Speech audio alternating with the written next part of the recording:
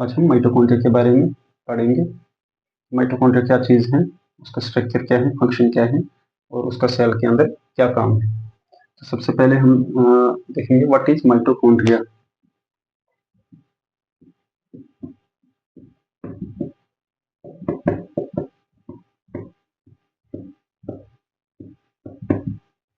ठीक है, mitochondria.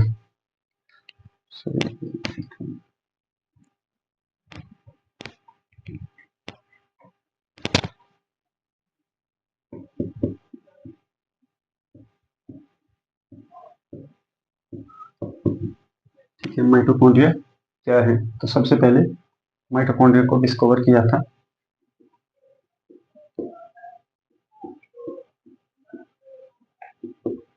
Mitochondria is discover Benda नाम के एक साइंटिस्ट थे।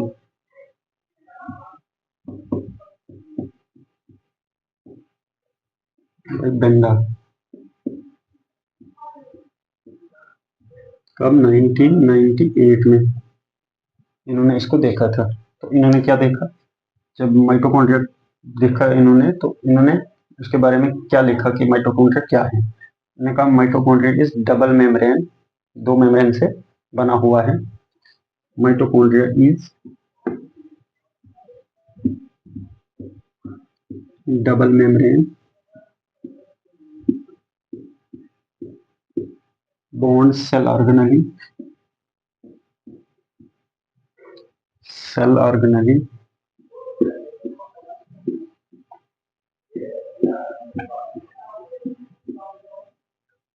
Associated with cellular respiration. ये ऑक्सीजन को यूज करके सेल को एनर्जी बना के देता है। एसोसिएटेड विद सेलुलर रेस्पिरेशन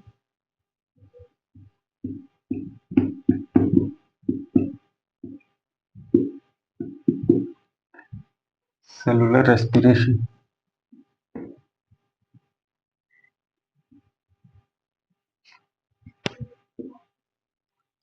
मतलब सेल के अंदर रेस्पिरेशन करते हैं।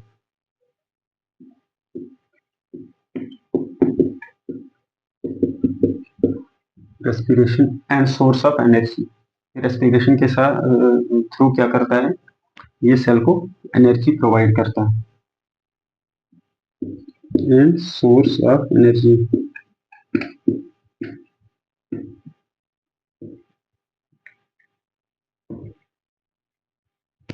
सोर्स ऑफ एनर्जी इसको कहते हैं एटीपी, जो सेल के अंदर एनर्जी यूज होती है। सोर्स ऑफ एनर्जी, और उसने इसका नाम दिया powerhouse of the cell. इस बेस पे इसका नाम पड़ा है called powerhouse of the cell.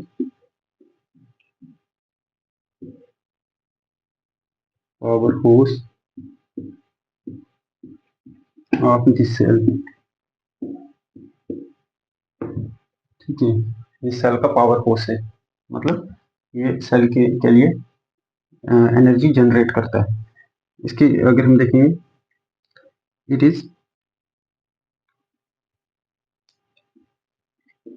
Freely, दूसरे जो होते थे वो मेम्ब्रेन बॉन्ड हमने पढ़ा अभी, एंडोप्लाज्मिक रेटिकुलम की एक स्पेसिफिक लोकेशन है, ठीक है। उसके सामने गोल्गी है, ठीक है। वो अपने तरीके के फंक्शन करते हैं, लेकिन ये फ्रीली होता है सेल के अंदर।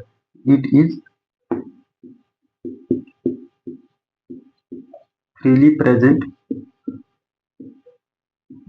इन सेल साइटोप्लाज्म।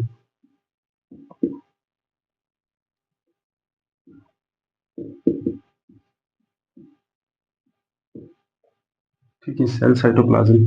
तो इसका अगर हम देखें, नंबर इसका वेरी करता है कि जिस सेल को ज्यादा एनर्जी की जरूरत है, जो ज्यादा काम करता है, तो उसको ज्यादा एनर्जी चाहिए, तो उसको ज्यादा एनर्जी के लिए ज्यादा माइटोकॉन्ड्रिया चाहिए। तो इसका number, it's number means number of mitochondria कितने हैं। Number varies in cell depending upon the physiological activity of cell.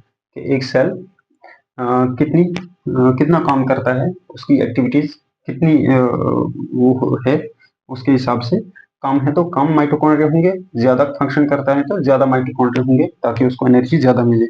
Number varies in cell depending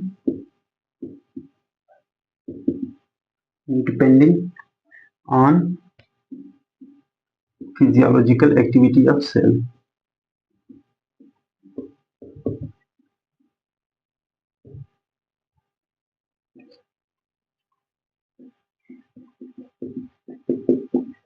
activity of cell, ठीक है। इसके बाद इसका अगर हम देखेंगे, इसका डायामीटर होता है, its diameter is 0.2 to 1.0 micron और इसकी लेंथ होती है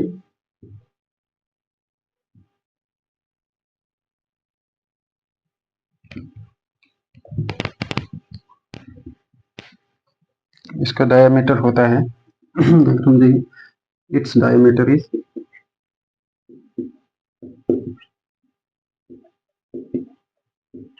0.2 to 1.0 माइक्रोन एंड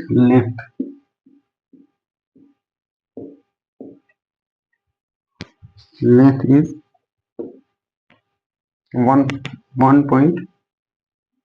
1.1 to 4, मान के चलो आप 1 से 4, 0.5 सबसे ज्यादातर होती है। म्यू एम, इसको म्यू कहते हैं, ये जो ऐसी शक्ल होती है इसको म्यू कहते हैं,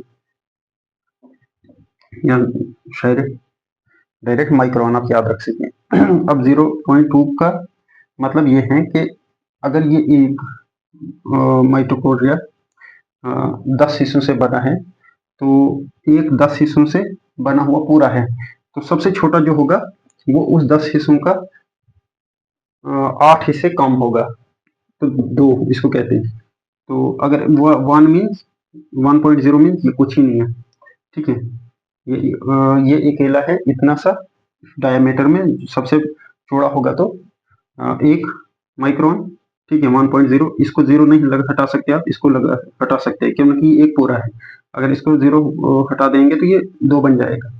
इसी तरीके से यहाँ से कम छोटा से छोटा जो होगा 1 माइक्रोन का होगा, और ज्यादा से ज्यादा 4 या 4.2, इतना 100% परफेक्शन नहीं होती है, अपने हिसाब से साइंटिस्ट वो करते हैं, तो लेकिन एवरेज जो है ये याद होनी चाहिए, ठीक है। इसके बाद अगर हम देखेंगे इसका स्ट्रक्चर कैसा है, ये बहुत ही इंपॉर्टेंट, हमने बोला powerhouse of the cell, एक तो ये है सेल के अंदर इसकी इंपॉर्टेंस, दूसरा इसके साथ कुछ एवोल्यूशनरी लिंक है, ठीक है, कि ये खुद एनर्जी कैसे प्रोवाइड कर सकता है, और इसका कुछ लिविंग ऑर्गेनिज्म के साथ, हालांकि होता है यूकेरियोट्स के सेल के अंदर, ठीक है, लेकिन कुछ जो बैक्टीरियाज होते हैं, बैक्टीरिया के साथ ये सिमिलरिटी शो करता है, ठीक है। तो देखिए इसको कहते हैं सेमी ऑटोनोमस ऑर्गेनेली, थोड़ा फिर इसके बारे में लिख लेंगे। इट इज या माइटोकॉन्ड्रिया इज सेमी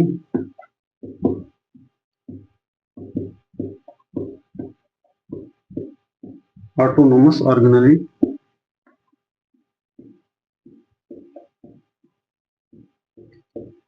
ठीक है। सेमी ऑटोनोमस ऑर्गेनेली मतलब इट हैज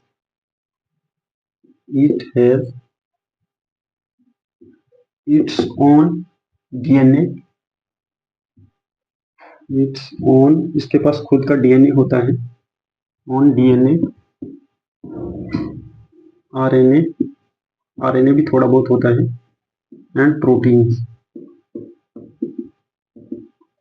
भी थोड़ी बहुत होती है, मतलब इस डीएनए से ये प्रोटीन बनाता है, लेकिन टोटल 5% प्रोटीन, बाकी ये सेल से मांगता है, सेल की प्रोटीन को यूज करता है, लेकिन अपनी प्रोटीन सिर्फ 5% प्रोटीन बनाता है, 95% ये सेल की यूज करता है। इसके अलावा इसके साथ होता है it has its own ribosome, S ribosomes, ठीक है। इसके 70s टाइप राइबोसोम्स होते हैं और ये राइबोसोम्स प्रोकैरियोट्स में होते हैं, ठीक है। ये है इनका लिंक। इसके अलावा इसका इसका जीनोम जो है, it's genome is circular, circular genome होता है और सेम प्रोकैरियोट्स में भी सर्कुलर जीनोम होता है, सर्कुलर। और इसके जीनोम को कहते हैं काइनेटोप्लास्ट।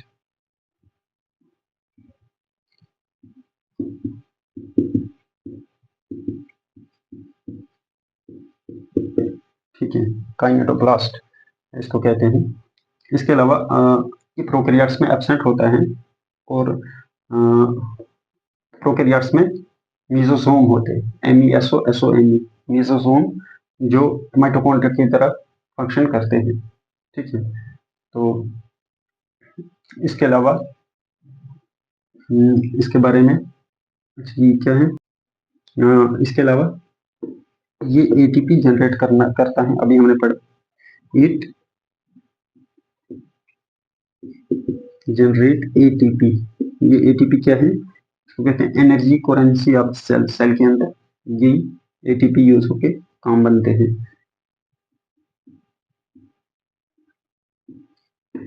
ठीक है। एटीपी कहो या एनर्जी कहो, एनर्जी कहो या ATP same. Generate ATP bye the process of oxidative phosphorylation, oxygen को यूज करके ये एनर्जी बनाते हैं।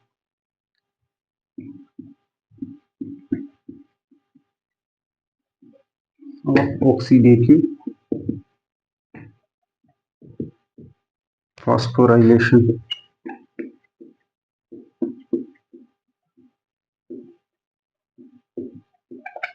ठीक है, ऑक्सीडेटिव फॉस्फोराइलेशन। इसके अलावा ये इसका काम क्या है, ये एनर्जी प्रोड्यूस करता है by the process of oxidative phosphorylation. इसके it provide site, site provide करता है, इसके इट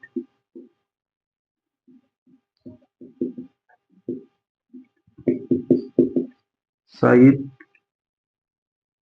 फॉर किसके लिए, एराबिक रेस्पिरेशन, एराबिक रेस्पिरेशन जो सेल के अंदर होते हैं, तो उसके लिए भी वो भी इसी माइटोकॉन्ड्रिया में होती हैं। और वो किस तरीके से होती है, Krebs cycle,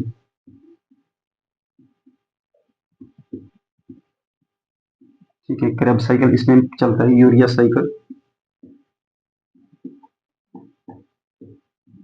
Krebs cycle, urea cycle, site for Krebs cycle, Krebs cycle, ये क्रेब्स साइकिल चलाता है, यूरिया साइकिल, यूरिया साइकिल और बीटा ऑक्सीडेशन होती है,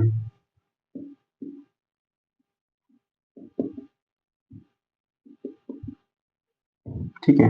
ये बायोकेमिस्ट्री का टॉपिक है, जब हम बायोकेमिस्ट्री पढ़ें इन सबको डिटेल में पढ़ सकते हैं वहाँ पे। तो ये है कुछ इन्फॉर्मेशन, जो बहुत सारी इन्फॉर्मेशन, लेकिन जो मेन माइटोकॉन्ड्रिया के बारे में है, इतनी इन्फॉर्मेशन इनफ है। इसके अलावा हम देखेंगे अब इसका स्ट्रक्चर क्या होता है।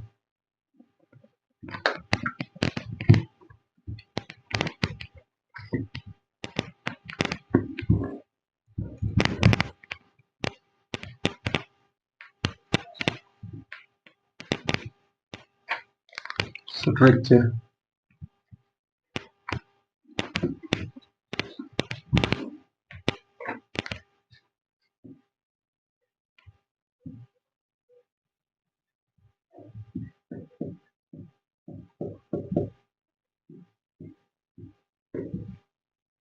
Structure of mitochondria.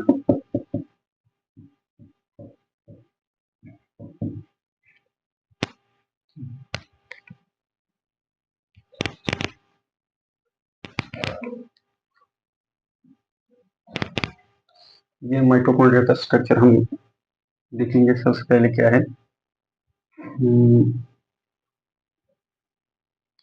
ये इस तरीके से दो मेम्ब्रेन का बना होता है,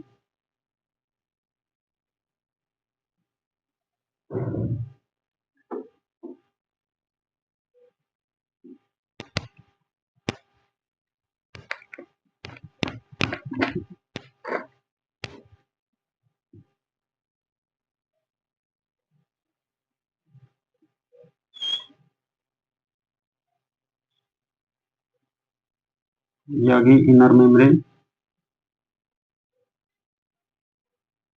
ठीक है, ये इनर मेम्ब्रेन। ये आ गई इसकी आउटर मेम्ब्रेन।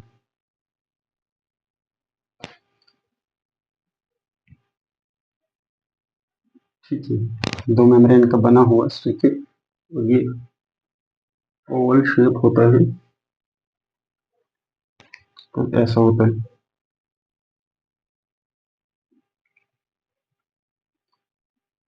डायग्राम को देख के कंफ्यूज नहीं होना चाहिए, कहीं किसी जगह ऐसी डायग्राम है, दूसरी जगह बदल डायग्राम है। ये डिपेंड करता है साइंटिस्ट के डिजाइन पे। तो वो 100%, क्योंकि वो सेल के अंदर जब देखते हैं, वो देखते हैं कि ये है, वो ट्रांसपेरेंट चीज को देखते हैं, मतलब एक एरिया जिसमें ये काम होता है। हम कलरफुल डायग्राम बनाते हैं, ऐसा ऐसा 100% वो अपने माइंड से अब बनाते हैं। जैसे साइंटिस्ट का स्टाइल होगा डायग्राम बनाने का, उसकी टैलेंट होगा, तो वैसा अलबत्ता जैसा हम देखते हैं एज इट इज सेल के अंदर, ऐसा हमें नहीं दिखता है। वहाँ पे कुछ और होता है, लेकिन उनको शेप देनी पड़ती है कि हाँ जी ये ऐसी ऐसी चीज है, समझाने के लिए।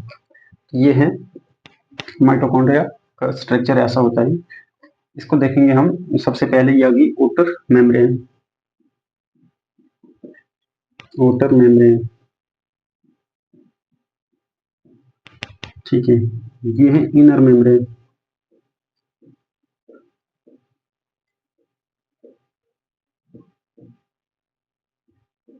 ठीक है, इसको कहते हैं इंटर मेम्ब्रेन स्पेस।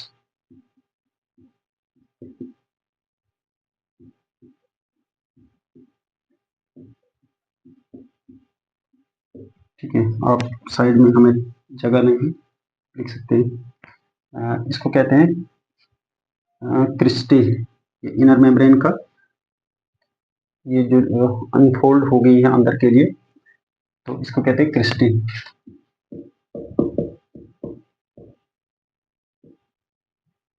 ठीक है, और ये है अंदर, अंदर में ये है मैट्रिक्स।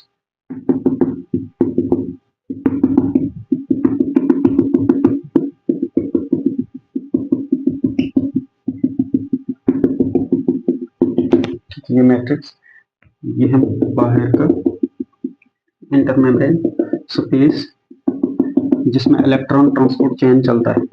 इलेक्ट्रॉन ट्रांसपोर्ट चेन, इसमें होता है प्रोटॉन ग्रेडियंट, एटीपीज प्रोड्यूस करने के लिए, तो वो होता है आउटर मेम्ब्रेन में, मतलब इंटर मेम्ब्रेन स्पेस में। ठीक है, ये आ गया मैट्रिक्स।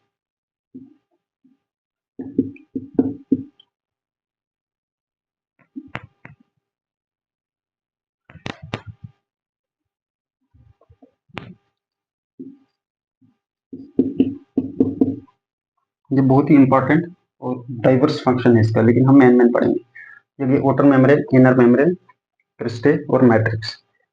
तो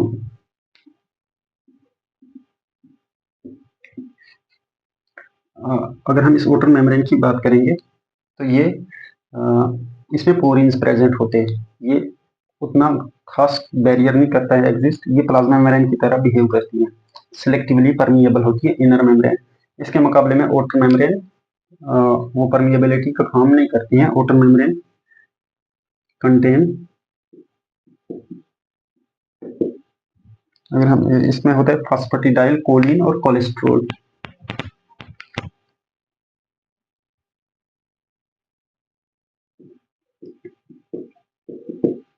फास्फेटिडाइल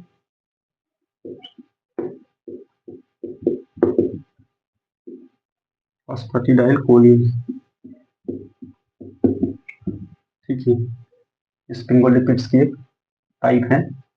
एंड कोलेस्ट्रॉल,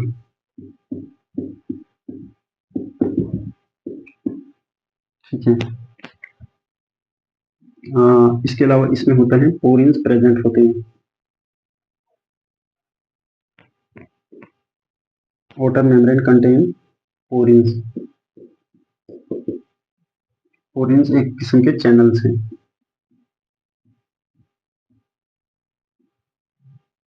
ये है चैनल टाइप के पोरिन, और ये एलो करते हैं हर उस मॉलिक्यूल का में एंट्री करवाते हैं जो लेस देन 1000 किलो डाल्टन से कम होता है। मॉलिक्यूल्स इजीली डिफ्यूज हो जाते हैं, इसके अंदर इंटर हो जाते हैं, इजीली डिफ्यूज फ्रॉम आउटसाइड या outer mitochondrial membrane which have less than 1000 kilo Dalton molecular weight, which have molecular weight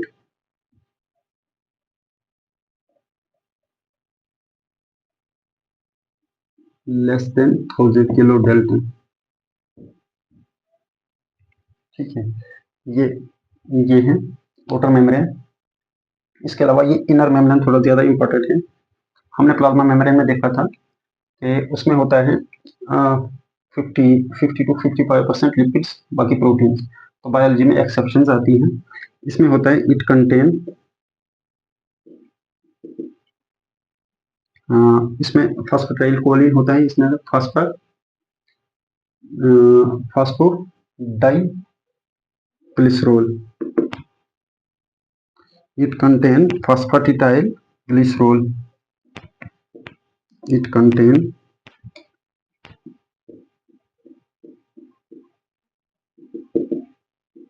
PHOSPHA TIDYL glycerol,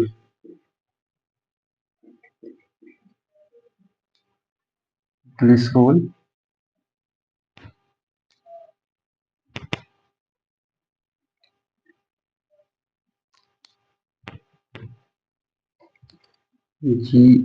GLOYCEROL glycerol होता है। एंड उसमें होता है, इसमें होता है 70 to 80% लिपिड्स, 70% सॉरी लिपिड्स नहीं, प्रोटीन्स। ये बात याद रखना कि इनर माइटोकॉन्ड्रियल मेम्ब्रेन जो है वो बायोलॉजिकल मेम्ब्रेन से टोटली डिफरेंट है। बाकी में सेम है, लेकिन यहाँ पे डिफरेंट है। यहाँ पे प्रोटीन ज्यादा, लिपिड्स कम है। वैसे प्लाज्मा मेम्ब्रेन में लिपिड्स ज्यादा, प्रोटीन्स कम होती है। तो यहाँ पे प्रोटीन ज्यादा, लिपिड कम है। इसको कहते हैं कार्डियोलिपिन, कार्डियोलिपिन बनाएंगे हम कार्डियोलिपिन।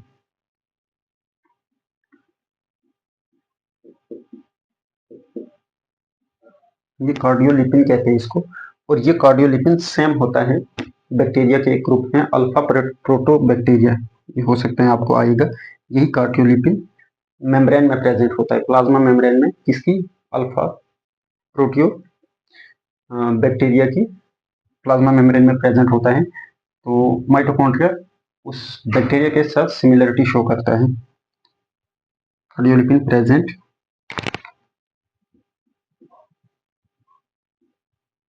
अल्फा प्रोटियो बैक्टीरिया में, अल्फा प्रोटियो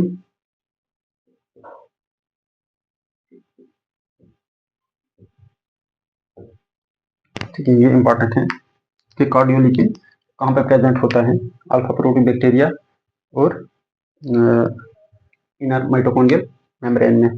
ठीक है, तो ये क्या है कि ये कनेक्टिंग लिंक बोलते हैं कि एवोल्यूशन के टाइम में माइटोकॉन्ड्रिया को किसी ने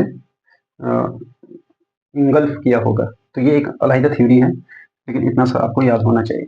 इसके अलावा ये जो इंटरमेम्ब्रेन स्पेस है, ये साइट है इलेक्ट्रॉन ट्रांसपोर्ट चेन के लिए, ETC इलेक्ट्रॉन ट्रांसपोर्ट चेन यहाँ पे चलती है। और यहाँ पे होता है प्रोटॉन ग्रेडियंट, H+ ज्यादा होता है, वो आता है मैट्रिक्स से, H+। ठीक है,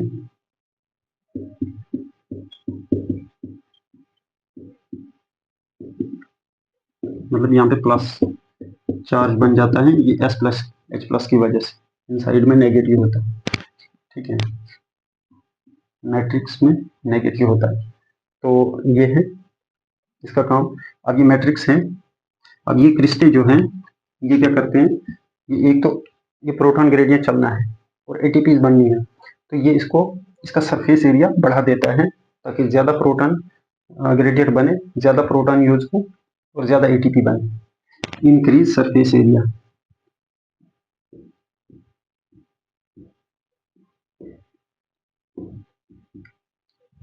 increase surface area, surface area it contain, इसके साथ होते हैं एफ, इसको कहते हैं F0 F0 पार्टिकल। ये पूरी मेम्ब्रेन के साथ, इस इनर मेम्ब्रेन के साथ होते हैं और यहीं पे एटीपी बनते हैं। ये प्रोटॉन यहाँ से अंदर जाने लगते हैं, उनको यूज कर लिया जाता है ग्रेडिएंट बनाने के लिए। 3 हाइड्रोजन यूज होते हैं एक एटीपी बनाने के लिए। तो ये डिटेल में हम, ये बायोकेमिस्ट्री की क्लास है इलेक्ट्रॉन ट्रांसपोर्ट चेन में, वहाँ पे पढ़ सकते हैं, हम पढ़ेंगे। इसमें क्या होता है, ये एक जो सरफेस एरिया बनाता है, it contain associated enzyme, it contain F0, it contain F0, इसको कहते हैं F0 या F1 F0, ठीक है, F1 F0 या F0 पार्टिकल्स।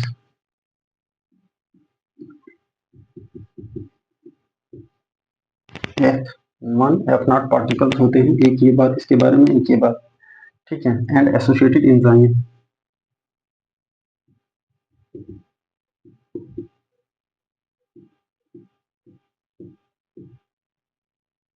ठीक है, और इसके साथ एंजाइम्स एसोसिएट होते हैं। ये जो प्रोटॉन, ये जो है F0 F0 पार्टिकल, ये मैट्रिक्स की साइड में होते हैं। F1 F0, F0 F1 F0 या F1 F0 पार्टिकल, ये इस तरीके से होते हैं कि सपोज ये है, ये इस तरीके से, ये इसके अंदर बड़ी है, तो ये ऐसे होंगे,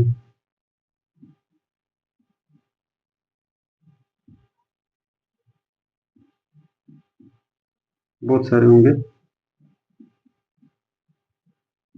इस तरीके से, ठीक है, इस तरीके का स्ट्रक्चर होता है माइटोकॉन्ड्रिया का। अब यहाँ पे क्या है, ये जो मैट्रिक्स है, मैट्रिक्स में है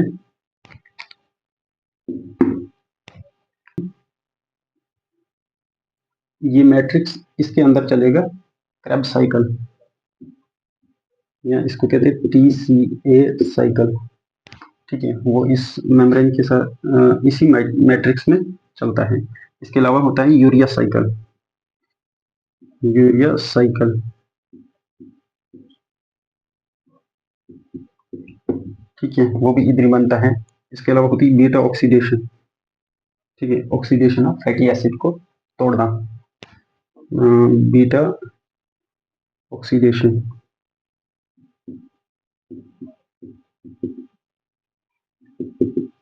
क्योंकि यहाँ इसमें होता है ऑक्सीजन, बीटा ऑक्सीडेशन भी यहाँ पे होती है। इसके अलावा यहाँ पे बनती है कीटोन बॉडीज। क्वेश्चन आ सकता है कि ये चीजें कहाँ पे बनती हैं,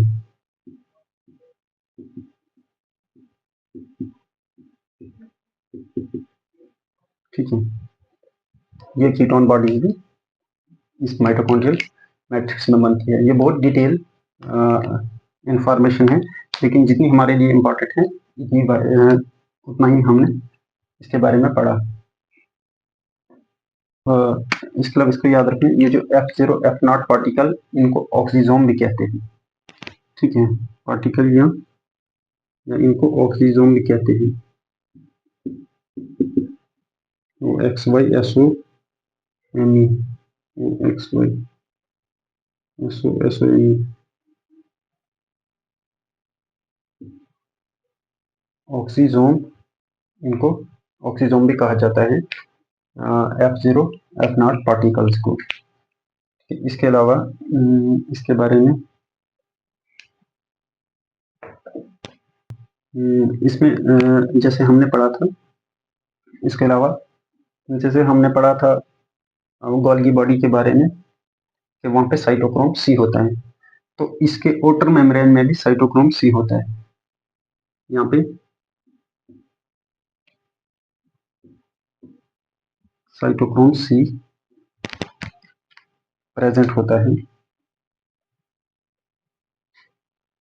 इसमें।